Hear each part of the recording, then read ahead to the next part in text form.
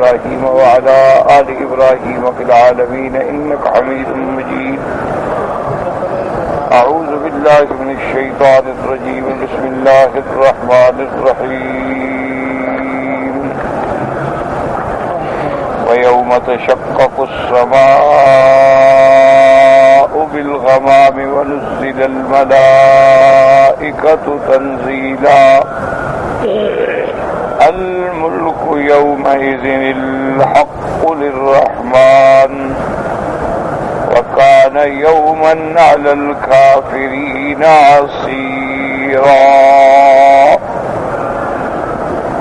ويوم يعض الظالم على يديه يقول يا ليتني اتخذت مع الرسول سبيلا. يا ويلتى ليتني لم أتخذ فلانا خليلا. لقد أضلني عن الذكر بعد إذ جاءني وكان الشيطان للإنسان خذولا. اللہ تبارک و تعالی نے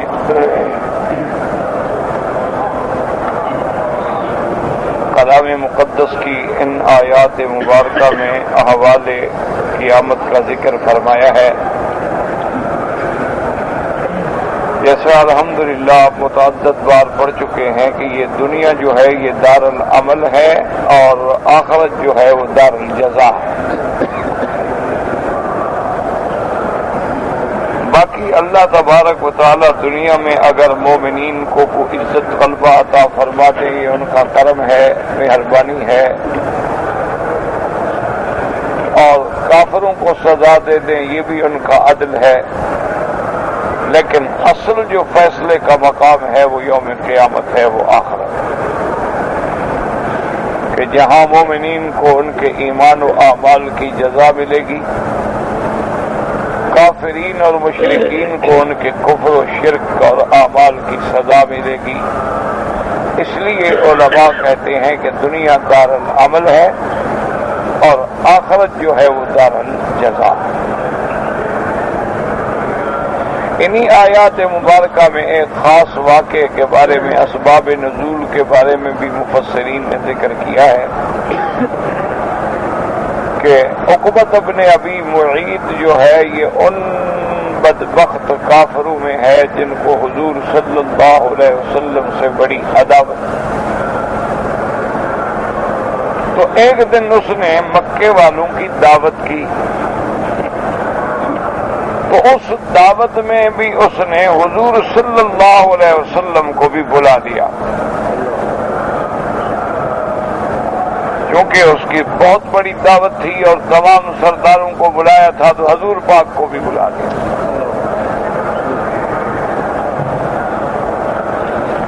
جب آقا انعامدار رحمت دو عالم سیدنا محمد مصطفیٰ صلی اللہ علیہ وسلم تشریف لائے تو آپ نے فرمایا کہ عقبہ میں تمہارا کھانا نہیں کھاؤں گا. تو اس دور میں یہ بات جو ہے بہت بڑی سبکی کی تھی کہ کوئی آدمی گھر آئے اور کھانا نہ کھائے. یعنی اس زمانے میں، اس دور میں قبائل میں جو بڑے بڑے قبائل تھے ان کے ہاں یہ بات بڑی توہین تھی کہ کوئی بندہ کسی کے گھر آئے اور کھانا نہ کھائے. یہی وجہ تھی کہ آپ نے قرآن پاک میں بھی پڑھا ہے کہ جب سیدنا ابراہیم علیہ السلام نے کھانا پیش کیا، مہمانوں کے سامنے کھانا رکھا، تو مہمانوں نے کھانے کی طرف ہاتھ ہی نہ بڑھایا اور کھانا نہ کھایا تو حضرت ابراہیم ڈر گئے. حضرت ابراہیم علیہ السلام نے دل میں ڈر محسوس کیا کہ یہ کیسے مہمان ہے کہ میں نے کھانا پیش کیا، کھانا نہیں کھاتے.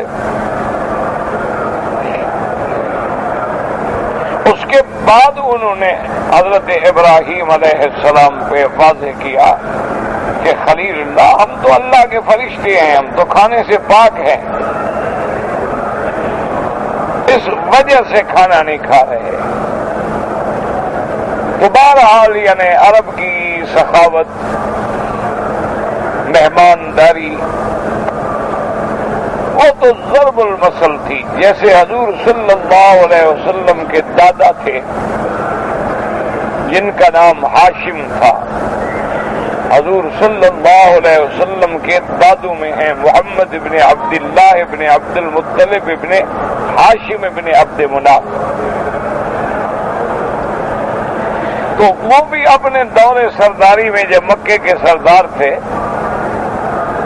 تو ایام حج کے اندر ایک 100 اونٹ ذبح کر کے اور اس کے شوربے میں اور سالن میں شریک بنا کے حاجیوں کو کھلاتے تھے. یعنی 100 اونٹ ذبح کرنا کوئی آسان بات تو نہیں ہوتی. تو اب عقبہ ابن ابی معیط نے حضور کو بلا لیا، لیکن حضور نے فرمایا کہ میں تو مشرک کے گھر کا کھانا نہیں کھاتا. اس نے عرض کیا کہ یا رسول اللہ صلی اللہ علیہ وسلم اب کوئی حل ہے؟ میرے لیے تو موت ہے کہ آپ بغیر کھانا کھائے ہوئے میرے گھر سے چلے جائیں. تو میرے لیے تو بہت بڑی رسوائی کی بات ہے. کوئی طریقہ بتائیں کس طرح آپ راضی ہوں گے؟ اور بڑی آسان سی بات ہے، تم کلمہ پڑھ کے مسلمان ہو جاؤ، میں کھانا کھاتا ہوں. تو اس نے فوراً کہہ دیا اشہد اللہ الہ الا اللہ واشہد ان محمد رسول اللہ. کلمہ پڑھ لیا، کہا اب تو کھانا کھاؤں. حضور صلی اللہ علیہ وسلم نے کھانا کھا لیا. جب مجلس برخاست ہو گئی تو ابی ابن خلف جو ہے یہ امیت ابن خلف کا بھائی ہے. یہ بھی دونوں جو ہے اعداء رسول اللہ صلی اللہ علیہ وسلم میں ہیں، حضور کے دشمن ہیں. ابی ابن خلف کو پتہ چل گیا کہ عقبہ ابن ابی معیط نے تو کلمہ پڑھا ہے. تو وہ عقبہ ابن ابی معیط کے پاس آیا اور کہنے لگا کہ بلغنی، مجھے پہنچا ہے کہ تم نے کلمہ پڑھا. اس نے کہا کل کرو، میں کیا کرتا؟ میں نے وہ دل سے کلمہ تھوڑا پڑھا ہے، میں تمہارے ساتھ ہوں. میرے لیے تو ایک موت تھی کہ حضور صلی اللہ علیہ وسلم کو میں نے بلا لیا یا تمہیں نہ بلاتا.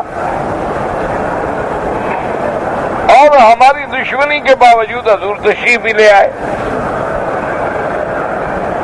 تو اب ان کے کھانے کے بغیر تمہیں پتا ہے کہ میرے لیے تو قیامت تک کے لیے رسوائی ہو جاتی اور ساری زندگی دنیا تانا دیتی کہ یہ وہ بندہ ہے جس کے مہمان کھانا نہیں کھاتے. میں نے اس لیے آپ کو راضی کرنے کے لیے فوراً ایک کلمہ پڑھ لیا. کیا فرق پڑتا ہے، میں مسلمان تھوڑا ہو گیا ہوں.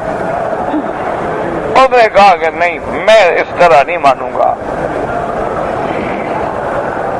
ایک حل ہے نعوذ باللہ کہ تم جا کے میری دوستی اگر تمہیں مطلوب ہے تو جا کے سرکار تو عالم صلی اللہ علیہ وسلم کے نعوذ باللہ چہرے پہ تھوک کے آؤ. دشمن تو ہر حال میں دشمن ہوتا ہے نا، وہ چاہے پہلی صدی میں پیدا ہو یا 14ویں صدی میں پیدا ہو، وہ چاہے عرب میں پیدا ہو وہ چاہے عجم میں پیدا ہو، دشمن ہوتا ہے. اس کو اپنی دشمنی سے کام ہوتا ہے. تو ابی ابن خلف کے کہنے پر عقبہ ابن ابی معیط آیا بدبخت اور آگے حضور کے شان میں گستاخی کی اور تھوک دیا. حضور صلی اللہ علیہ وسلم نے بھی اس کے لیے بد دعا کی. اور اللہ کی شان دیکھیں کہ یہ دونوں جو ہیں ان لوگوں میں ہیں جو بدر میں مارے گئے اور کتے کی موت مارے گئے اور قلیب بدر میں پھینکے گئے.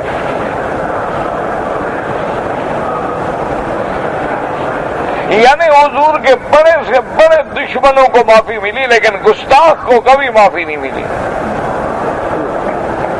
حالانکہ کافر تو سارے دشمن تھے لیکن مسلمان ہو گئے. حضور سے جنگ پہ آنے والے لوگ، ابو سفیان کی وجہ سے ساری جنگ بدر ہوئی. ابو سفیان جو ہے وہ جنگ احد میں کفار کی فوج کا سب سے بڑا قائد تھا، لیکن اس نے گستاخی کبھی نہیں کی۔ کفر الگ بات ہے، مقابلہ الگ بات ہے، اللہ نے ان کو اسلام نصیب کر دیا۔ لیکن جس نے بھی گستاخی کی ہے، حضور صلی اللہ علیہ وسلم کی شان میں آپ کی توہین کی ہے، اس کو اللہ نے معاف نہیں کیا۔ آپ دیکھیں کہ ابھی لہب نے حضور کی شان میں گستاخی کی، حضور صلی اللہ علیہ وسلم کو برسر عام کہا، لہذا جماعتنا طب لک، آپ کے لیے ہلاکت ہو، اسی لیے ہمیں بلایا تھا۔ جس پر اللہ تبارک و تعالی نے قرآن مقدس میں سورۃ تبت یدا ابی لہب و تب اتاری کہ قیامت تک پڑھی جائے گی، اور ابی لہب اس بری طرح مرا، اس کو ایسی بری موت آئی کہ کمرے کے اندر اس کی لاش پڑی تھی، بدبو تھی، لاش پھٹ گئی تھی، کوئی اپنا قریب ہی نہیں جاتا۔ آخر ان لوگوں نے باہر سے کچھ مزدور جو تھے نا وہ ہائر کیے، کرائے پہ مزدور لے آئے۔ کوئی رشتہ دار قریب نہیں جاتا تھا کہ یہ بیماری جو ہے ایک دوسرے سے لگنے والی ہے، اگر ہم نے ہاتھ لگایا لاش اٹھائی تو ہم بھی اس بیماری میں مبتلا ہو جائیں گے۔ وہ کرائے پہ بندے لے آئے، ان کرایہ داروں نے بھی منہ پہ کپڑے باندھ کے بڑے بڑے لکڑی کے لمبے بانس لے کے آئے، اس بانس پہ اٹھایا اور جا کے گڑھے میں ڈال دیا۔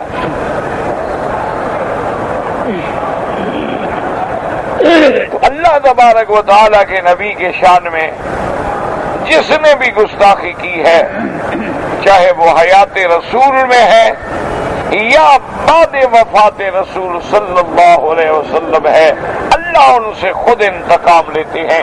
اسی لیے اللہ نے قرآن میں فرمایا انا کفیناک المستہزئین، آپ سے استہزاء کرنے والوں کے لیے ہم کافی ہیں۔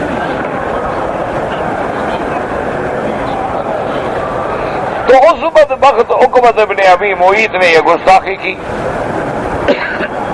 تو اسی کے بارے میں بھی ان آیات میں ذکر ہے کہ جب قیامت کا دن ہوگا اور عقبۃ ابن ابی معیط کو جہنم میں ڈالا جائے گا، تو اس وقت وہ بڑی حسرت اور ندامت سے کہے گا کہ ہائے کاش میں نے اپنے اس دوست کا کہنا نہ مانا ہوتا، میں نے ابی ابن خلف کو دوست نہ بنایا ہوتا، اور کاش میں نے حضور سے دوستی کی ہوتی تو آج جہنم میں تو نہ جلتا۔ تو ان آیات مبارکہ میں اس واقعے کی طرف بھی اشارہ ہے، اور اسی لیے علماء کا یاد رکھیں یہ متفق علیہ فیصلہ ہے کہ جو آدمی شان رسول کا گستاخ ہے وہ زندیق ہے، اور علماء فرماتے ہیں کہ زندیق اگر توبہ بھی کرے تو اس کی توبہ قبول نہ کرو، کہ اس کی اب توبہ کا بھی کوئی اعتبار نہیں۔ تو ایک تو ان آیات مبارکہ میں اس واقعے کا اشارہ ہے، اور دوسرا ان آیات میں اللہ پاک فرماتے ہیں یوم تشقق السماء بالغمام ونزل الملائکۃ تنزیلا، کہ جس دن آسمان پھٹ جائیں گے یا کھل جائیں گے اور بادلوں میں اللہ کے فرشتے تشریف لائیں گے۔ یوم تشقق السماء بالغمام، غمام کہتے ہیں بادل، سما کہتے ہیں آسمان۔ یاد رکھیں اب علماء کے دو قول ہیں، بعض علماء فرماتے ہیں کہ یہ نفخہ اولا کے وقت ہے کہ جب پہلا نفخہ پھونکا جائے گا اذا السماء انشقت واذنت لربها وحقت، اور دوسری صورت میں اذا السماء انفطرت واذا الكواكب انتثرت۔ تو بعض علماء فرماتے ہیں یہ نفخہ اولا کے وقت ہے کہ جب آسمان پھٹ جائیں گے اور بادلوں میں اللہ کے فرشتے اتریں گے، اور بعض علماء نے فرمایا کہ نہیں، یہ واقعہ جو ہے نفخہ ثانیہ کے بعد ہے، چونکہ اس کے بعد اللہ تبارک و تعالیٰ نے فوراً قیامت کا ذکر فرمایا۔ وہ کہتے ہیں کہ جب یہ زمین و آسمان پھٹ گئے، پھر بدل گئے، اور زمین آسمان اور آ گئے، زمین بھی اور بن گئی، یوم تبدل الارض غیر الارض والسماوات وبرزوا للہ الواحد القہار. اللہ فرماتے ہیں جس دن یہ زمین بدل جائے گی، قیامت میں جو زمین ہوگی وہ یہ نہیں ہوگی. اس زمین پہ بندے کھڑے ہوں گے جس زمین پہ کبھی کوئی گناہ نہیں ہوا ہے. اور آسمان بھی بدل جائیں گے. یہ آسمان تو پھٹ جائیں گے، یہ آسمان پھٹ جائیں گے، زمین بدل جائے گی. جیسے قرآن فرماتے یوم تمور السماء مورا وتصیر الجبال سیرا، کہ جس دن آسمان جو ہے، آسمان پھرتے پھرتے لپیٹے ایسے ہوں گے جیسے پھرتے پھرتے ہوئے ختم ہو جائیں گے، اور پہاڑ بھی اڑ جائیں گے، ریزہ ریزہ ہو جائیں گے. تو یہ آسمان پھر ہوں گے قیامت میں، جو آسمان ہوں گے اور زمین ہوگی. اور پھر وہ آسمان جو نئے بنے ہیں وہ کھلیں گے. وَيَوْمَ تَشَقَّقُ السَّمَاءُ بِالْغَمَامِ، اور اس سے ایسے جیسے بادل نکلتے ہیں، بادل اترتے ہیں، ایسے بادل اتریں گے. اور اسی میں میرے اللہ تبارک و تعالیٰ کی ذات بھی فیصلے کے لیے تشریف لائے گے. وَجَاءَ رَبُّكَ وَالْمَلَكُ صَفًّا صَفًّا، اللہ کی ذات کو جیسے زیبا ہے، جیسے اس کی شان کو لائق ہے، اس کے مطابق وہ بھی نزول اجلال فرمائیں گے. وَنُزِّلَ الْمَلَائِكَةُ تنزیلا، اور فرشتوں کو اتارا جائے گا. اللہ فرماتے الملک یومئذ الحق للرحمن، ایک قیامت کا دن ہوگا. اللہ فرماتے ہیں کہ آج ملک صرف اسی کے لیے ہے. کیا مان، ورنہ ملک تو آج بھی اسی کے لیے ہے، لیکن دنیا میں تو عارضی مجازی طور پہ کہتے ہیں یہ اس کا ملک ہے، یہ اس کا ملک ہے، یہ اس کا ملک ہے، یہ اس کا ملک ہے. لیکن قیامت میں تو وہ مجازی بھی کہنے والے ختم ہو جائے. اس لیے اللہ فرمائیں گے لمن الملک اليوم، کون بولے؟ پھر خود جواب دیں گے للہ الواحد القہار. اليوم تجزا كل نفس بما كسبت لا ظلم اليوم. اللہ فرمائیں گے آج ہم انصاف کریں گے، ہر بندے کو اس کے کیے کا بدلہ دیں گے، کسی پہ ظلم نہیں ہوگا. اور حساب بھی ہم اتنا جلدی کریں گے کہ آدھا دن بھی نہیں گزرے گا اور حساب کتاب جو ہے وہ ختم ہو جائے گا. لیکن وہ دن جو ہے وہ 1000 سال کا ہوگا، وہ دن جو ہے وہ 50,000 سال کا ہوگا. دن میں بھی تو فرق ہے. اس لیے فرماتی ہیں کہ اس دن اعلان ہوگا کہ آج تو اسی رحمان کا ملک ہے، اور کوئی ہے بولنے، کون بول سکتا ہے؟ وَكَانَ يَوْمَئِذٍ وَكَانَ يَوْمًا عَلَى الْكَافِرِينَ عَسِيرًا. اللہ نے فرمایا وہ قیامت کا دن جو ہے جس کی کافر مذاق کرتے ہیں، استہزاء کرتے ہیں اور انکار کرتے ہیں کہ ہم مرنے کے بعد بھی اٹھائے جائیں گے. اللہ فرماتے ہیں جب وہ دن آئے گا تو تمہارے لیے بہت مشکل ہوگا. اصل میں یہ انہی آیات کا جواب آ رہا ہے نا. کافروں نے کیا کہا تھا کہ بھئی فرشتے اترے، فرشتے آ کر ہم سے بات کریں. آپ نے پڑھا ہے نا کہ لولا انزل علینا الملائکۃ او نرى ربنا، وہ کہتے تھے ہم پر فرشتے کیوں نہیں اترتے، یا ہم خود اللہ میاں کو دیکھ کے بات کریں، خدا ہمیں خود فرمائے کہ میرا نبی ہے مان لو. اللہ نے فرمایا وہ دن جب آئے گا نا، جب میں فیصلہ کروں گا اور جب ملائکہ اتریں گے تمہارے لیے وہ دن بڑا مشکل ہوگا. ذرا صبر تو کرو.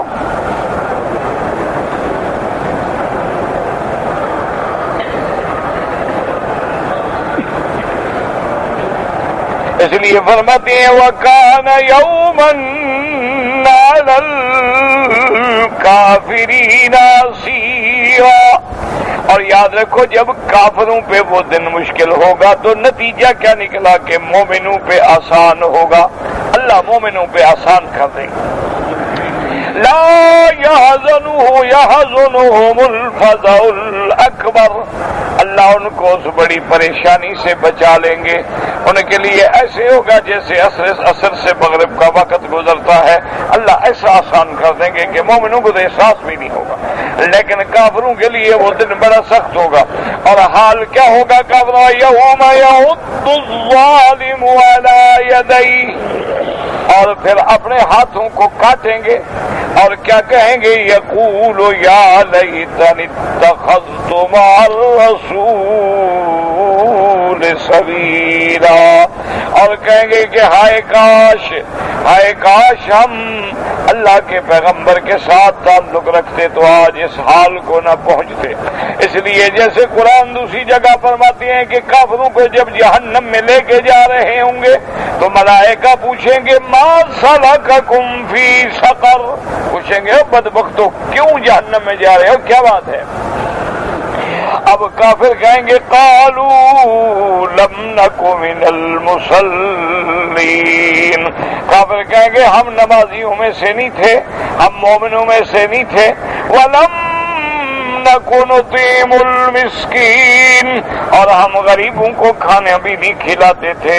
اور اس کے بعد وَكُنَّا نَخُوضُ مَعَ الْخَائِضِينَ وَكُنَّا نُكَذِّبُ بِيَوْمِ الدِّينِ حَتَّى أَتَانَا الْيَقِينُ، اور ہم ٹھٹھا اڑاتے تھے، مذاق اڑاتے تھے مسلمانوں کا، اور ہم قیامت کے دن کو جھٹلاتے تھے. اس وقت تک جھٹلاتے رہے، موت آ گئی اور آج یہ حشر ہو گیا ہے. لیکن ان کو قیامت والے دن یاد رکھو، لاکھ وہ ندامت کا اظہار کریں، لاکھ معافی مانگیں، کوئی جواب بھی نہیں ہوگا، چونکہ وہ تو دنیا ہے ہی نہیں. اس لیے قرآن پاک کی دوسری آیت میں آتا ہے کہ جب جہنمی جہنم میں ڈال دیے جائیں گے، اب وہ پکاریں گے وَنَادَوْا يَا مَالِكُ لِيَقْضِيَ عَلَيْنَا رَبُّكَ، اب پکاریں گے، کہیں گے اے خازن جہنم، اے اللہ کے فرشتوں مہربانی کرو ہماری درخواست اللہ تک پہنچاؤ کہ ہمیں موت دے دیں، ختم کر دیں. اب جناب مفسرین نے لکھا ہے کہ 500 سال تک وہ چیختے رہیں گے، 500 سال کے بعد اللہ کے حکم سے بلائے کا جواب دیں گے انکم ماکثون. اللہ کے فرشتے جواب دیں گے بدبختو چیخو یا نہ چیخو، اسی میں رہنا ہے اب تم نے ہمیشہ. اسی طرح دوسری جگہ قرآن کہتا ہے فاصبروا او لا تصبروا سواء علیکم، اللہ کے فرشتے کہیں گے اب چاہے مشقتوں پہ صبر کرو، برداشت کرو یا نہ کرو، اب تمہیں کوئی چھٹی نہیں مل سکتی. حتیٰ کہ ایک وقت ایسا آ جائے گا اللہ فرشتوں کو حکم دے دیں گے کہ ان بدبختوں کو کہو گے اخسؤوا فیہا ولا یتکلمون، اب آئندہ تمہیں درخواست کرنے کا بھی حق نہیں، ختم ہو گیا بس. تو قیامت والے دن جب جہنمی جہنم میں جائیں گے، اب جناب چیخے گا یا لیتنی، اب جناب آرزو کرے گا، تمنا کرے گا، حسرت کرے گا، ہاتھوں کو کاٹ کے کھائے گا یا لیتنی اتخذت مع الرسول سبیلا یا ویلتا لیتنی لم اتخذ فلانا خلیلا، اور کہے گا ہائے کاش میں اس بدبخت کو اپنا دوست نہ بناتا جس کی دوستی کی وجہ سے میں مارا گیا. لقد اضلنی عن الذکر بعد اذ جاءنی وَكَانَ الشَّيْطَانُ لِلْإِنسَانِ خَذُولًا، اور کہے گا کہ اس نے تو مجھے اللہ کی یاد سے بھٹکا دیا، بہکا دیا، حالانکہ حق میرے پاس آ چکا تھا، چونکہ مسلمان تو ہو چکا تھا. اور شیطان تو ہے ہی انسانوں کو ہلاکت میں ڈالنے والا، ذلت میں ڈالنے والا.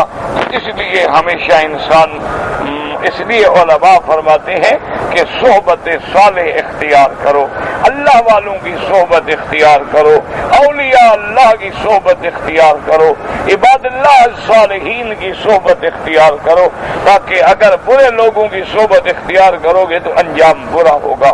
کیونکہ دوست جو ہے نا اسی میں رنگا جاتا ہے آدمی. اگر تمہارے دوست یہود و نصارہ ہوں گے، کفار و مشرکین ہوں گے، تو تمہارے اعمال، تمہارے احوال، تمہاری تہذیب، تمہاری سیرت، تمہاری صورت ان کے مطابق ہوگی۔ اور اگر تمہارا تعلق عباد اللہ الصالحین سے ہوگا، اللہ کے مقربین سے ہوگا، اولیاء اللہ سے ہوگا، علماء حقہ سے ہوگا، تو تمہاری بھی اصلاح ہوگی۔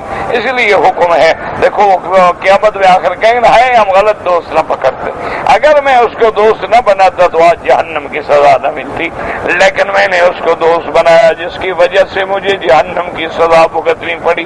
اب مفسر رحمۃ اللہ علیہ فرماتے ہیں یخبر تعالی نحول یوم القیامت وما یکون فیہ من الامور العظیمۃ، اب اللہ پاک خبر دیتے ہیں کہ قیامت کا دن کیسے سخت ہوگا اور اس دن کیا کیا واقعات ہوں گے۔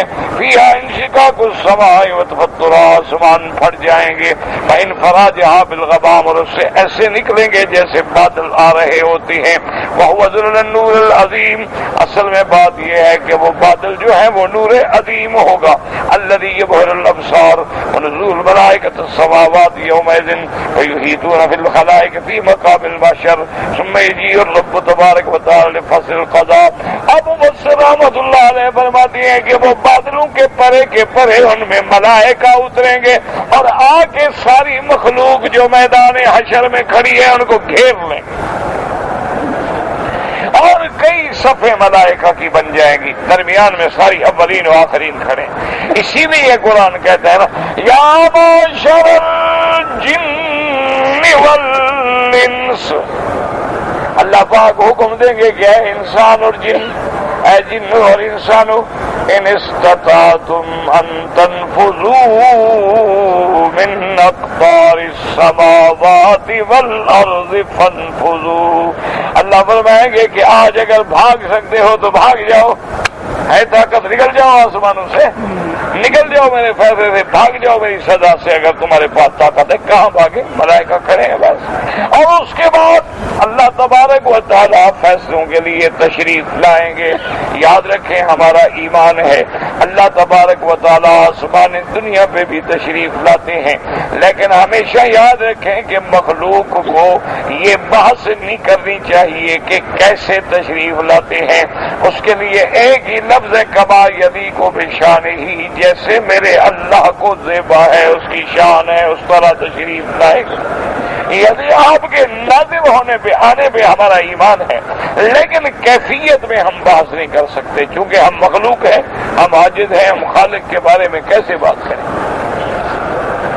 تو اس لیے مفسر رحمۃ اللہ علیہ فرماتے ہیں کہ پھر اللہ تبارک و تعالیٰ تشریف لائیں گے کما یلیق بشانہ لفصل القضاء۔ قال مجاہد وہذا کما قال تعالی هل ينظرون الا ان يأتيهم الله في ظلل من الغمام والملائکہ۔ اللہ فرماتے ہیں کیا یہ کافر اس دن کا انتظار کر رہے ہیں جس دن بادلوں میں اللہ کی ذات اور فرشتے آئیں گے، اس دن کا انتظار کر رہے ہیں؟ تو اس دن تو کوئی تمہیں فائدہ ہوگا نہیں، وہ دن تو فیصلے کا دن ہوگا، اس دن تو تمہارے لیے مشقت ہی مشقت ہوگی۔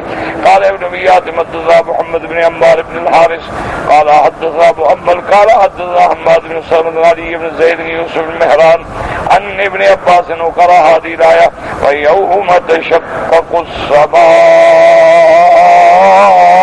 بالغمام ونزل الملائكة تنزيلا۔ قال ابن عباس رضی اللہ عنہ یجب اللہ تعالیٰ الخلق یوم القیامت سعید واحد۔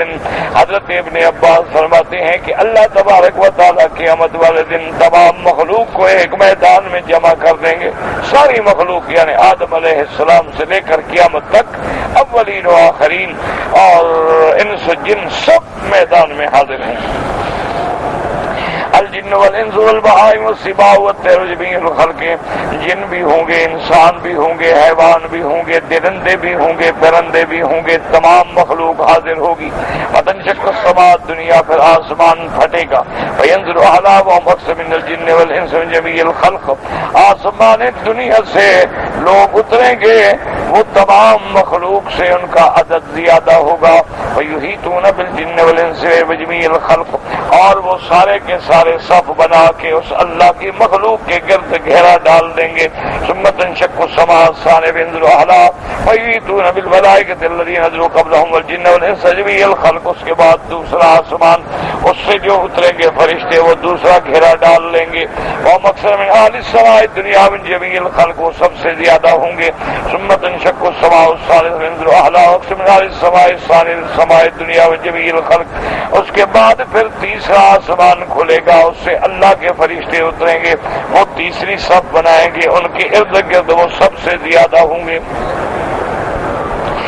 کہتے ہیں وَيُحِيطُونَ بِالْمَلَائِكَةِ الَّذِينَ نَزَلُوا قَبْلَهُمْ وَبِالْجِنِّ وَالْإِنسِ وَجَمِيعِ الْخَلْقِ ثُمَّ كَذَلِكَ كُلُّ سَمَاءٍ عَلَى ذَلِكَ التَّرْتِيبِ حَتَّى تَنشَقَّ السَّمَاءُ السَّابِعَةُ فَيَنزِلُ أَهْلُهَا وَهُمْ أَكْثَرُ مِمَّنْ نَزَلَ قَبْلَهُم مِّنْ أَهْلِ السَّمَاوَاتِ وَمِنَ الْجِنِّ وَالْإِنسِ وَمِنْ جَمِيعِ الْخَلْقِ.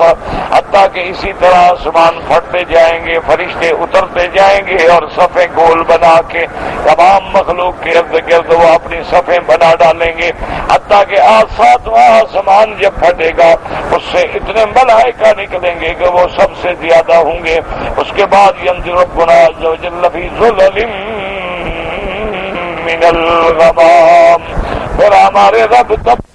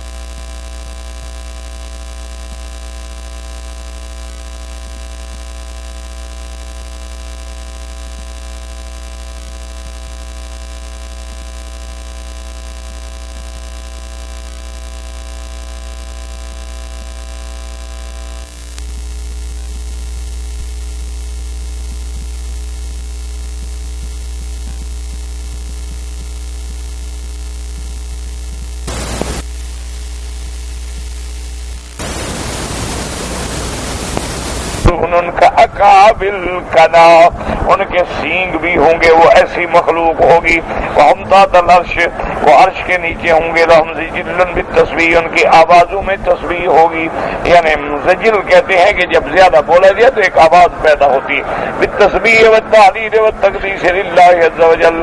وہ فرشتے جو عرش کے نیچے ہیں وہ ہر وقت سبوح قدوس ربنا رب الملائکۃ والروح سبحان اللہ والحمد للہ لا الہ الا اللہ، ہر وقت وہ تسبیح تحمید تقدیس تحلیل میں مشغول ہے.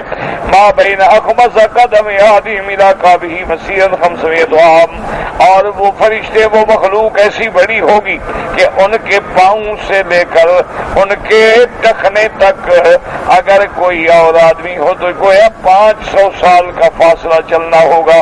وما بین کعبہ الی رکبتہ مسیرۃ 500 عام وما بین رکبتہ الی حجرتہ 500 عام وما بین حجرتہ الی ترقوتہ مسیرۃ 500 عام وما بین ترقوتہ الی موضع القرط مسیرۃ 500 عام وما فوق ذلك مسیرۃ 500 عام وجہنم مأصه هكذا رواه ابن حاتم بهذا السياق. اب وہ فرماتے ہیں ان کا اتنا طول ہوگا اتنا طول ہوگا اتنا طول ہوگا. اللہ کی مخلوق ہے لا يعلمها الا اللہ تبارک و تعالی. اللہ تبارک و تعالی ہی جانتے ہیں اور کوئی بندہ نہیں جانتا. اصل میں یہ باتیں ہمیں اس لیے سمجھ نہیں آتی کہ آج کل دیکھیں ہماری عام عمر 60 سال 70 سال بہت کم ہیں جو 100 سے گزرے، لیکن پہلے دور میں 1,000 2,000 3,000 سال بھی عمر تھی. حضرت آدم علیہ السلام کا 60 ہاتھ قد تھا. اب اگر یہاں 60 ہاتھ لمبا کو بندہ آ جائے تو سارے حیران ہو جائیں. حضرت آدم علیہ السلام کا اتنا قد مبارک تھا. تو اس لیے فرشتوں کی ایسی آیت جیسے کہ حضور پاک نے فرمایا کہ جب جبریل علیہ السلام نے اپنے پر کھولے اللہ تبارک و تعالیٰ کے فرشتے نے، آپ فرماتے ہیں قد سدل افق، کہ جبریل نے جب پر کھولے تو زمین سے لے کر آسمان تک یہ جتنا خلا ہے سب کا سب بھر گیا اور حضور پاک پہ غشی طاری ہو گئی. حضور پاک نے پوچھا جبریل تم سے بھی زیادہ کوئی فرشتہ ہے؟ انہوں نے کہا یا رسول اللہ میرے تو 600 پر ہیں، اللہ کے فرشتوں کے تو 5,000 پر ہیں. اور ساتھ جبریل نے یہ بھی کہا کہ یا رسول اللہ اللہ کا حکم جب ہوتا ہے وہ اتنی طاقت والے فرشتے بھی ایسے سمٹ جاتے ہیں جیسے ایک وزغہ ہوتی ہے چھوٹی سی، اللہ کے ڈر سے، ایسے اللہ کی ہیبت سے اور جلال سے اور کمال سے اور عظمت سے. اس لیے اللہ کی مخلوق ہے تو اللہ تبارک کو اس لیے آدمی حیران ہو کہ کیسے ہوگا، اتنا بڑا قد کیسے ہوگا، اتنا بڑا طول کیسے ہوگا. ابھی تک تو ہم دنیا کی چیزیں معلوم نہیں کر سکے ہیں، ابھی تک تو ہم یہ نہیں پتہ کر سکے کہ مشتری عطارد اور یہ سارے سیارات کیا ہیں، ان کا مدار کیا ہے، ان کا طول و عرض کیا ہے. تو آسمان اور زمینوں کی خبریں ہم کیسے جانتے ہیں؟ وقال ابن جرير حدثنا القاسم قال حدثنا الحسين قال حدثني الحجاج المبارك بن فضال وزيد بن جدعان يوسف بن مهران سمع ابن عباس يقول ان هذه السماء اذا انشقت ينزل منها من الملائكه. جب یہ آسمان پھٹیں گے اس سے اللہ کے فرشتے اتریں گے. اکثر من الانس والجن، وہ انسان اور جنوں سے زیادہ ہوں گے. وہ یوم الطلاق، وہی یوم الطلاق ہوگا. کیا معنی؟ یوم یلتقی اہل السماء واہل الارض، جس دن آسمانوں والے اور زمینوں والے سب ملیں گے. ویقول الارض جاء ربنا بقلم یجی وهو آت، زمین والے پوچھیں گے کیا ہمارا پروردگار تشریف لائے ہیں؟ وہ کہیں گے آنے والے ہیں. ثم تنشق السماء الثانية ثم سمان سماعا على قدر ذلك نصيب السماء السابعة فينزل منها من الملائكة والجن ما نزل من السماوات من الجن والإنس. قال فتنزل الملائكة الكروبيون، یہ خاص ملائکہ ہیں.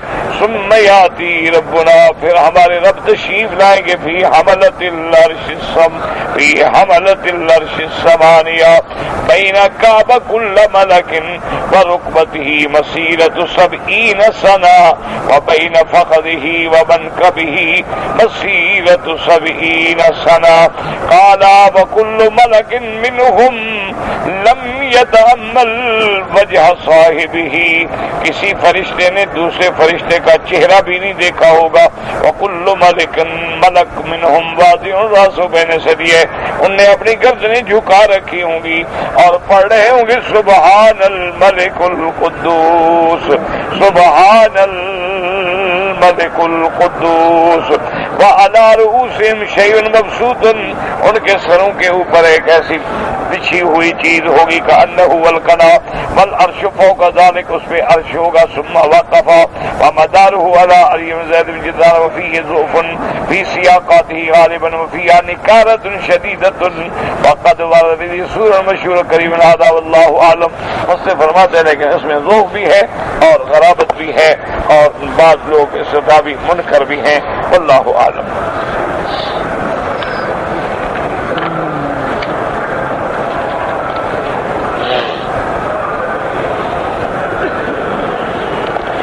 کہتے ہیں جی کہ کوئی ایسی حدیث ہے کہ جس میں رسول اللہ صلی اللہ علیہ وسلم نے ارشاد فرمایا ہو کہ پہلی بحری جنگ لڑنے والے سارے مسلمان جنتی ہوں گے، اور اس میں یزید ابن معاویہ بھی شامل تھا۔ بہرحال یہ حدیث صحیح ہے۔ ایک دن میرے آقا رحمت دو عالم سیدنا محمد مصطفیٰ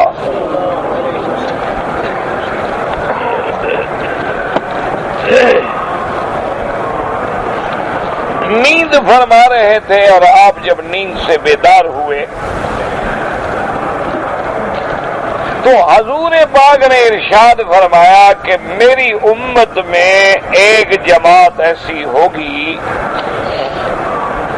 یرکبون علی ثبج البحر، وہ دریاؤں پہ کشتیاں بنا کے سواری کریں گے، اللہ کے راستے میں جہاد کریں گے، اللہ ان کو وہی درجہ دیں گے جو اصحاب بدر کا درجہ۔ حضور صلی اللہ علیہ وسلم نے فرمایا، بی بی ساتھ بیٹھی، انہوں نے کہا رسول اللہ میرے لیے دعا کریں، اللہم اجعلنی من، مجھے بھی خدا ان میں شامل کریں، انت من، اللہ تمہیں بھی شامل کریں۔ تو بہرحال یہ حضور کا خواب ہے، اور اللہ کے نبی کا خواب جو ہے وہ حق ہوتا ہے، وہ سچ ہوتا ہے، وہ وحی ہوتا ہے۔ غیر نبی کا خواب جو ہے وہ تو غلط ہو سکتا ہے، لیکن اللہ کے نبی کا خواب کبھی غلط نہیں ہوتا، اس کا حکم وہی ہوتا ہے جیسے وحی آئی۔ اسی لیے آپ دیکھیں کہ سیدنا ابراہیم الخلیل علیہ السلام نے بھی تو خواب دیکھا ہے، ورنہ آج اگر کوئی بندہ خواب دیکھے نعوذ باللہ کہ اپنے بیٹے کو ذبح کرو تو نہیں کیا جائے گا، لیکن ابراہیم علیہ السلام نے خواب دیکھا اور اپنے بیٹے سے کہا کہ انی ارا فی المنام انی اذبحک، کہ میں نے خواب میں دیکھا ہے کہ میں تمہیں ذبح کر رہا ہوں، اب بتاؤ تمہارا کیا خیال، تم اس تعبیر میں کیا کرتے؟ تو حضرت اسماعیل بھی چونکہ خود بھی نبی بننے والے تھے اور نبی کے بیٹے تھے، خلیل کے بیٹے تھے، انہوں نے بھی فوراً کہا کہ یا ابت افعل ما تؤمر، ابا کرو جو اللہ کا حکم ہے۔ وہ بھی جانتے تھے کہ یہ خواب نہیں اللہ کا حکم ہے۔ تو نبی کا خواب وحی ہوتا ہے، اور حضور کا خواب سچا ہوا صحابہ کی اور تابعین کی جماعت میں۔ اب اس میں لفظ آتا ہے کہ اس میں یزید ابن سفیان، ایک ہے یزید ابن معاویہ، ایک ہے یزید ابن ابی سفیان، تو وہ اس لشکر میں تھے۔ تو اگر یزید ابن ابی سفیان ہے وہ تو حضرت معاویہ کے بھائی ہوئے، وہ بیٹے نہیں ہوں۔ تو بہرحال یہ لفظ آتا ہے حدیث مبارک میں، اور بعض علماء نے اسی کو بھی لیا ہے، کیونکہ اس میں بھی کوئی شبہ نہیں ہے کہ بحری بیڑا بنانے والا اور بحری جنگ لڑنے والا پہلا کمانڈر جو ہے وہ حضرت معاویہ رضی اللہ تعالیٰ عنہ۔ اس سے پہلے جو بڑی جنگیں ہوتی تھی لیکن بحری جنگ نہیں ہوتی تھی، تو حضرت معاویہ رضی اللہ تعالیٰ عنہ کے دور میں بیڑے بنائے گئے، اور بحری رستوں سے بھی آپ نے دشمنوں پہ حملے کیے اور بڑی کامیابیاں حاصل کی۔ تو بہرحال گزارش یہ ہے کہ وہاں لفظ حدیث میں یزید ابن ابی سفیان ہے، باقی اللہ عالم۔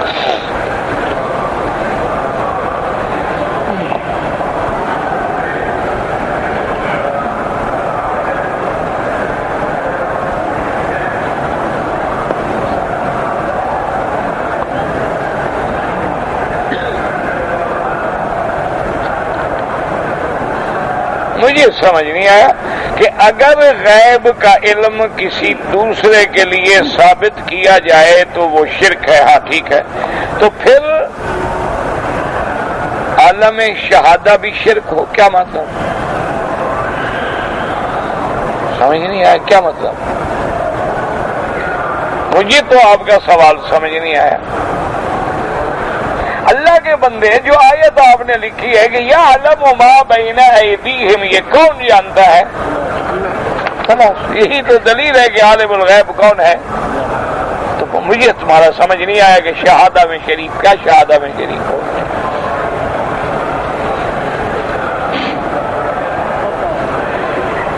کہتے جی کہ روافض جو ہے، ہاں روافض بھی وہی ہے شیعہ، جن کو آپ شیعہ کہتے ہیں، اور روافض کا لفظ بھی آتا ہے، ان کو رافضی بھی کہا جاتا ہے، شیعہ بھی کہا جاتا ہے، پھر شیعہ اثنا عشری بھی کہا جاتا ہے، پھر شیعہ شش امامی بھی کہا جاتا ہے. ان کے بھی کئی قسمیں ہیں. دعا کریں اللہ ہدایت دے سب کو.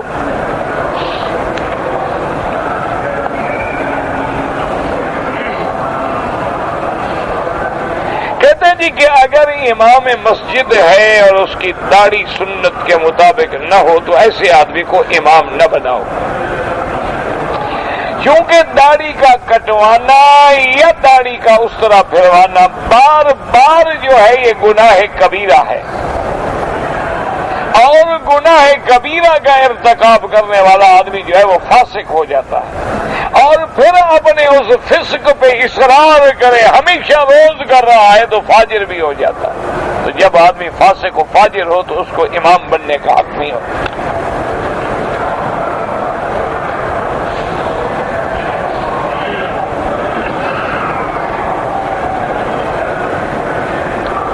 کہتے جی کہ جو 1,00,000 ریال لوگوں سے ملتا ہو، اس میں سے کچھ لوگ بھاگ جاتے ہیں، کچھ لوگ رہ جاتے ہیں، کچھ ملتا ہے کچھ نہیں ملتا ہے. کیا مطلب؟ مجھے سمجھ میں کیا لکھا ہے؟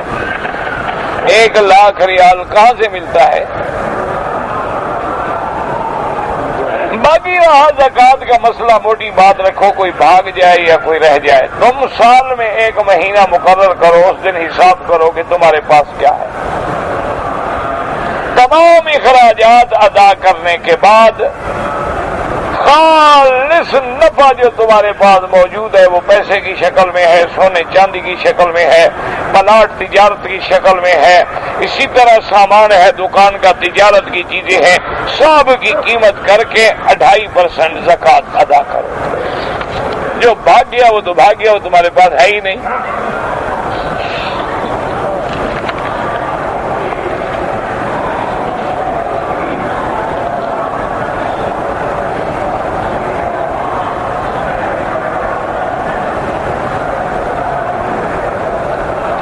اگر آپ کی بہن غریب ہے اور معذور ہے، چلنا پھرنا بھی مشکل ہے، آپ بالکل اس کو زکوٰۃ دے سکتے ہیں. آپ اپنے بہن ہے یا بھائی ہیں ان کو زکوٰۃ کے پیسے دے سکتے ہیں. اچھا، اور یہ بات بھی یاد رکھیں کہ ان کو بتانا بھی ضروری نہیں ہوتا کہ یہ زکوٰۃ ہے. تمہاری نیت ہو کہ میں زکوٰۃ ادا کر رہا ہوں، اب ان کو بتا کے بلا وجہ شرمندہ کریں، یا ان کے دل میں آئے دیکھو بھائی نے مدد بھی کی تو اپنے سر سے فرض اتارا ہے نا، زکوٰۃ دے رہا ہے نا، وہ احسان تو نہیں کر رہا. زکوٰۃ تو اللہ کا فرض ہے، اسے دینا ہی دینا ہے، اسی سے جان چھڑوا رہا ہے. ہماری اپنی طرف سے اس نے کوئی مدد نہیں کی، تو اس لیے ان کو بتانے کی بھی کوئی ضرورت نہیں ہوتی. بہرحال بہن غریب ہے، معذور ہے، اس کو زکوٰۃ دے اور تمہیں اس کا دوہرا ثواب ملے گا. ایک زکوٰۃ دینے کا ثواب ملے گا اور ایک بہن سے صلہ رحمی اور ہمدردی کرنے کا ثواب ملے گا. ہاں، بھائی بھی دے سکتے ہیں اگر غریب ہے. کہتے جی کہ اگر کسی مسافر کی نماز سفر میں قضا ہو گئی، اب وہ اپنے گھر پہنچ گیا تو قضا کی قضا اسی طرح کرے گا جیسے قضا ہوئی تھی، یعنی 2 رکعت پڑھنی تھی نا، اب قضا میں بھی 2 رکعت پڑھے گا. تاکہ جتنا پیسے ہوں گے اتنا ادا کرو گے نا. تمہارے ذمے 4 رکعت ہوتی تو قضا بھی 4 رکعت کرتے، تمہارے ذمے 2 رکعت تھی تو اب قضا بھی 2 رکعت کرو گے. طلاق کی قسم کھانا جو ہے، کوئی قسم کھانا ہی ناجائز ہے. قسم تو اللہ کی ہوتی ہے، طلاق کی کیا قسم؟ وہ تو طلاق ہو جائے گی. اس میں قسم کا کیا مطلب ہے؟ اگر کسی نے کہا تم نے ایسا کام کیا، طلاق ہو جائے گی.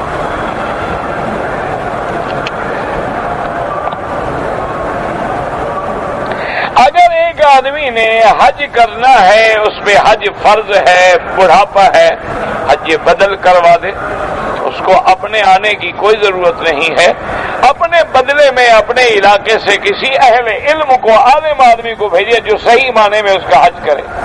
یا اہل کو بھیجے گا اس کو حج کا پتہ ہی نہیں کہ حج کیسے کیا جاتا ہے، تو لازمی بات ہے کہ کسی پڑھے لکھے آدمی کو، سمجھدار کو، اگر کوئی عالم مل جائے، کوئی مدرسے کا طالب مل جائے جس کا دین سے تعلق ہو تو زیادہ بہتر ہے، زیادہ اجر ہے کہ تمہارا صحیح معنی میں وہ حج بدل کرے گا۔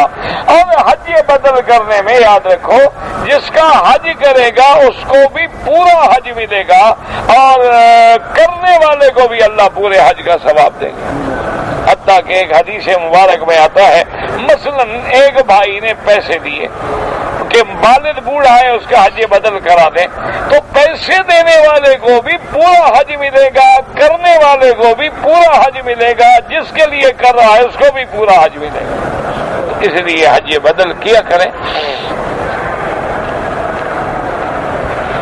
تمہارا حج تو ہوگا ہی ہوگا نا، تو اس کا بھی ادا ہو گیا، فائدہ ہی فائدہ ہے۔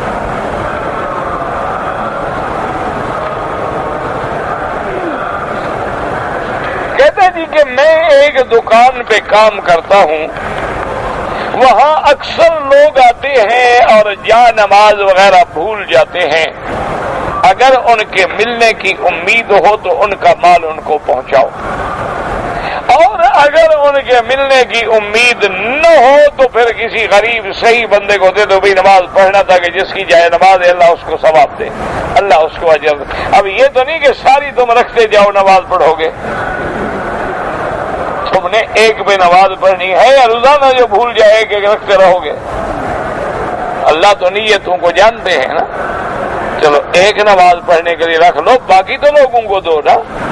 یہ کوئی مسجد ہے جس میں جگہ نہیں، انتظام نہیں، وہاں ڈال دو، تاکہ جس کا ملک ہے اللہ اس کو بھی ثواب دیں گے اور اللہ تمہیں بھی ڈالنے کا اجر دیں گے۔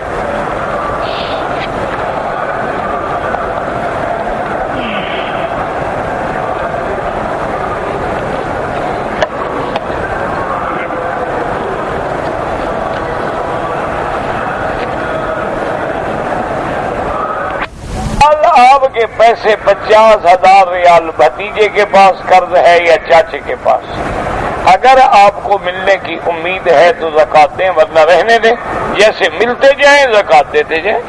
10,000 ملا آپ اس کی زکات دیں، پھر 10,000 ملے گا اس کی زکات دیں، جو ڈوب گیا وہ ڈوب گیا، ہمارے پاس آیا ہی نہیں، الٹا ہمارا پیسہ ڈوب گیا تو اس کی زکات نہیں ہے۔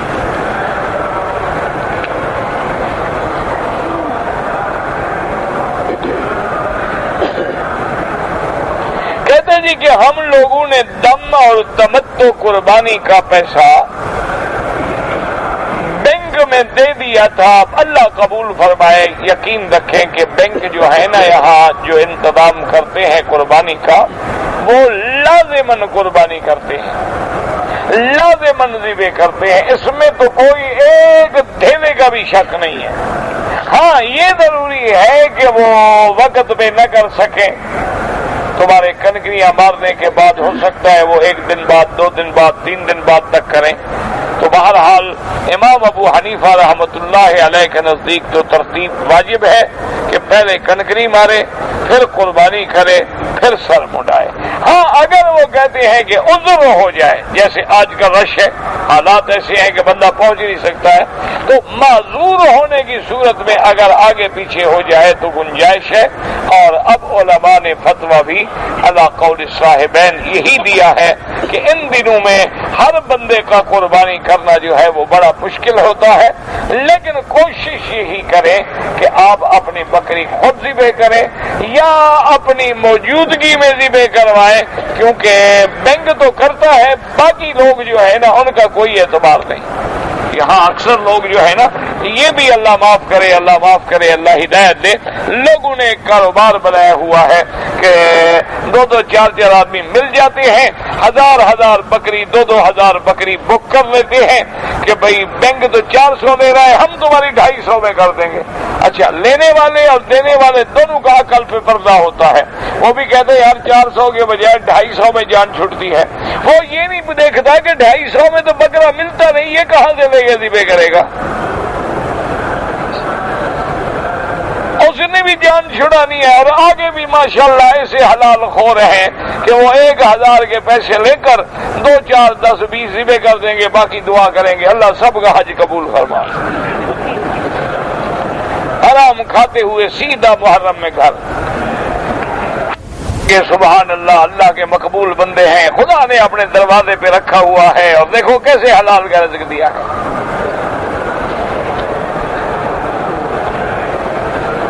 اور اللہ کے گھر میں تو ابو جہل بھی رہتا تھا، تمہارے رہنے سے کیا ہو جائے گا؟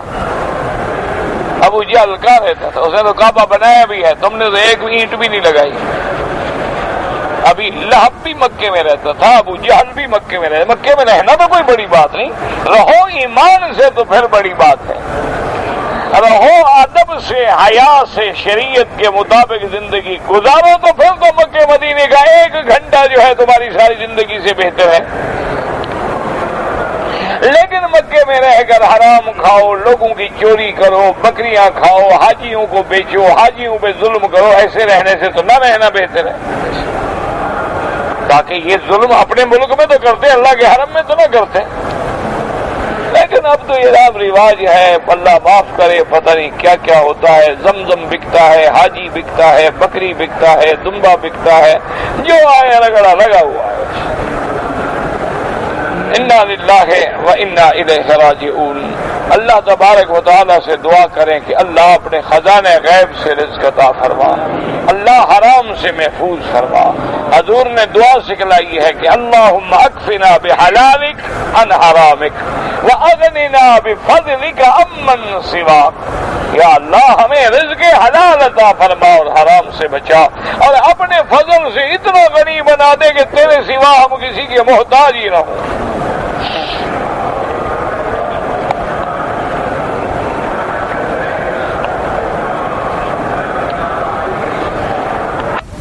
آدمی نے مکہ میں رہتے ہوئے اپنے گھر میں احرام باندھا، لیکن پھر کوئی مجبوری ہو گئی، احرام کھول دیا، کوئی حرج نہیں. احرام باندھنا، 2 چادریں باندھنے سے تو کچھ نہیں ہوتا. ساری زندگی تم 2 چادریں باندھ کے پھرتے رہو تو یہ احرام تھوڑا ہے. احرام کا معنی یہ ہوتا ہے کہ وہ میقات میں جاتا، مسجد عائشہ جاتا، 2 رکعت پڑھتا، لبیک اللہم لبیک پڑھ کے نیت کرتا، پھر احرام شروع ہوتا.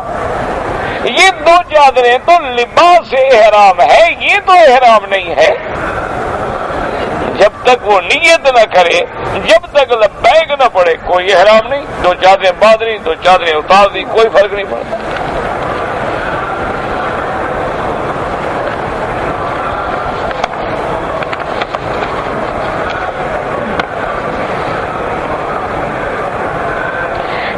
کہ ہمارے ملک میں ایک مولوی صاحب نے جنازہ پڑھایا اور جنازے کی ساری دعائیں جو ہیں وہ جہر سے زور سے پڑھائی. بہرحال ان مولوی صاحب نے کوئی مسئلہ سمجھا ہوگا. آج کل مولوی بھی بہت ہیں، مسئلے بھی بہت ہیں. تو ہم نے تو بھائی آج تک کسی حدیث مبارک میں نہیں پڑھا ہے کہ جنازہ جو ہے وہ جہر سے پڑھایا جائے، اور نہ حرمین الشریفین میں کبھی دیکھا ہے. جب سے پیدا ہوئے الحمدللہ مکے میں پیدا ہوئے، مکے میں بچپن گزرا، کسی بھی امام کو ہم نے جنازے میں جہر کرتے ہوئے نہیں دیکھا ہے. اور نہ ہم نے اتنی عمر میں پہلے اپنے ملک میں بھی کبھی نہیں دیکھا تھا. ابھی کچھ نئے مولوی ماشاءاللہ نکلے ہیں جنہوں نے یہ نیا مسئلہ نکالا ہے. جب مولوی نئے تو مسئلہ بھی نیا. اسی لیے انہوں نے اب ایک مسئلہ یہ بھی کیا ہے کہ سر پہ کپڑا نہ رکھو. اللہ ہدایت دے، ہم تو دعا مانگتے رہتے ہیں، حیران ہوتے رہتے ہیں. اور ان کے دماغ میں یہ ہے کہ ہم مردہ سنت کو زندہ کر رہے ہیں کہ کیونکہ سر سے کپڑا اتار کے کوئی نماز نہیں پڑھتا تو سنت تو مردہ ہو گئی. کیسے مردہ ہو گئی؟ جو کپڑا پہن کے پڑھے وہ بھی تو سنت ہے. اتنا عقل نہیں. سنت مردہ ہونے کا معنی یہ ہوتا ہے کہ سنت متروک ہو جائے، اس پر عمل باقی نہ رہے، یا اس کے بجائے بدعت آ جائے، اب تم اس سنت کو زندہ کرو تو تمہیں 100 شہید کا ثواب ملے گا۔ لیکن اگر آدمی ایک سنت میں نہ صحیح دوسری بھی سنت بھی عمل کر رہا ہے تو سنت تو مردہ نہیں ہوئی ہے۔ حضور نے تو ساری زندگی پگڑی مبارک باندھ کے نماز پڑھائی۔ ہاں اگر عذر ہے، کپڑا نہیں ہے، کوئی حرج نہیں۔ ایک آدمی غریب ہے، کپڑا ہے، اچھا احرام میں ہم سب نہیں پڑھتے ہیں، سر پہ کچھ نہیں ہوتا، سب نے 2 چادریں باندھی ہوئی ہوتی، بلکہ احرام کی حالت میں سر پہ کپڑا ڈالنا منع ہے، نماز میں بھی نہ ڈالیں۔ تو اس لیے بہرحال بھائی ہم نے تو مسئلہ پڑھا نہیں۔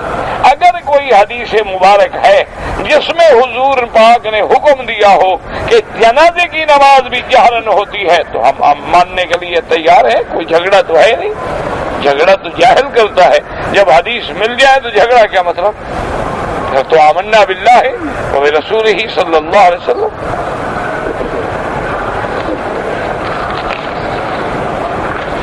ایک آدمی کو طواف کرتے ہوئے احتلام ہو گیا، سو رہا تھا، انا للہ و انا الیہ، وہ بابا کوئی بیماری ہوگی، احترام شہترام نہیں، بہرحال باہر نکل کے غسل کرے اور طواف دوبارہ کرے۔ یہ چلتے چلتے احتلام نہیں ہوتا،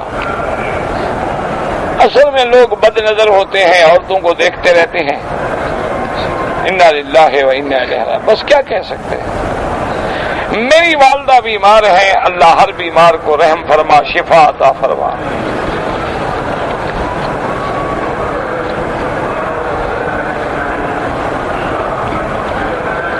بیٹے کا شادی ہوا، بیٹا مر گیا تو بیٹے کی بیوی سے ہم بستری کا انا للہ و انا الیہ راجعون۔ ایسا بے حیا ہو، مسئلے پوچھنے کی کیا ضرورت ہے، ہم کیا کر لیں گے اس کا؟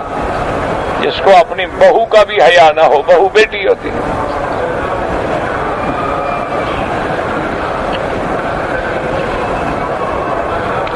سائیکل موٹر کی قیمت 70,000 ہے، لیکن 6 مہینے پہ دے لیں تو 1 لاکھ لیتے ہیں، یہ جائز ہے، یہ سود نہیں ہے۔ اس کی وجہ یہ ہے کہ اس نے آپ کو بتا دیا ہے کہ نقد قیمت 70,000، ادھار قیمت 1 لاکھ۔ اب گویا تم نے وہ چیز 1 لاکھ میں خریدی ہے، اس کے بدلے میں اسے تمہیں چیز دی ہے۔ سود تو تب ہوتا کہ تمہیں 70,000 روپے دیتا، کہتا ہے 1 لاکھ دو، چیز نہ دیتا تمہیں، وہ تو چیز بیچ رہا ہے، یہ کیا سود ہے؟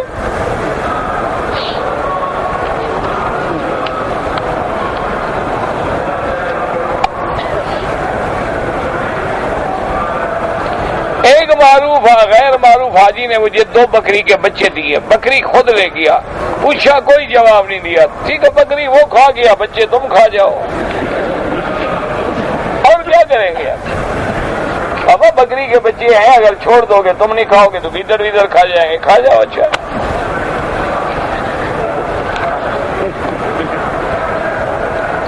ایک مرتبہ میں نے خواب دیکھا اور اس کی تعبیر جو ہے میں نے کئی لوگوں سے پوچھی ہے، یہ غلط ہے۔ جب بھی تعبیر پوچھو کسی ایک سے پوچھو اور عالم سے پوچھو۔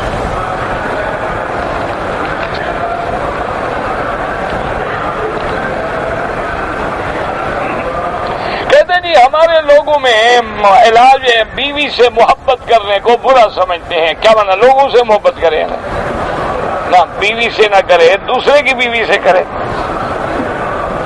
بے وقوف ہے۔ جو بیوی سے محبت کرنے کا تو شرعاً حکم ہے، اللہ کے رسول اپنی بیویوں سے محبت کرتے، بیویاں حضور پاک سے محبت کرتے، تبتغی مرضات ازواجک اللہ کے قرآن میں ہے۔ تو یہ تو جہالت ہے کہ بیوی سے محبت نہ کرے، بیوی سے محبت نہیں کرے گا تو پھر گناہ کرے گا، اور کیا کرے گا؟ اللہ تبارک و تعالی بچائے ہر مسلمان کو گناہوں سے۔ اللہم صلی علی سیدنا محمد وعلی آل سیدنا محمد کما صلیت علی ابراہیم وعلی آل ابراہیم انک حمید مجید۔ یا حی یا قیوم یا ذی الجلال والاکرام، یا حی یا قیوم برحمتک یا ارحم الراحمین، یا حی یا قیوم برحمتک نستغیث، یا غیاث المستغیثین اغثنا، یا مسبب الاسباب۔ یا مفتح الابواب، یا دلیل المتحیرین، یا مفرح المحزونین، یا غیاث المستغیثین، اغثنا اغثنا اغثنا، علیک توکلنا و الیک انبنا، اللهم يسر امورنا، اللهم يسر امورنا، اللهم يسر امورنا وامور المسلمين، اللهم يسر امورنا وفرج همومنا وهم المسلمين، اللهم يسر امورنا مع الراحة لقلوبنا وابداننا والسلامة والعافية في ديننا ودنيانا، اللهم احسن عاقبتنا في الامور كلها واجرنا من خزي الدنيا وعذاب الاخرة، اللهم فرج هم المهمومين، نفس كرب المكروبين، واقض الدين عن المدينين، واشفنا واشف مرضانا ومرضى المسلمين، واشفنا واشف مرضانا ومرضى المسلمين، واشفنا واشف مرضانا ومرضى المسلمين.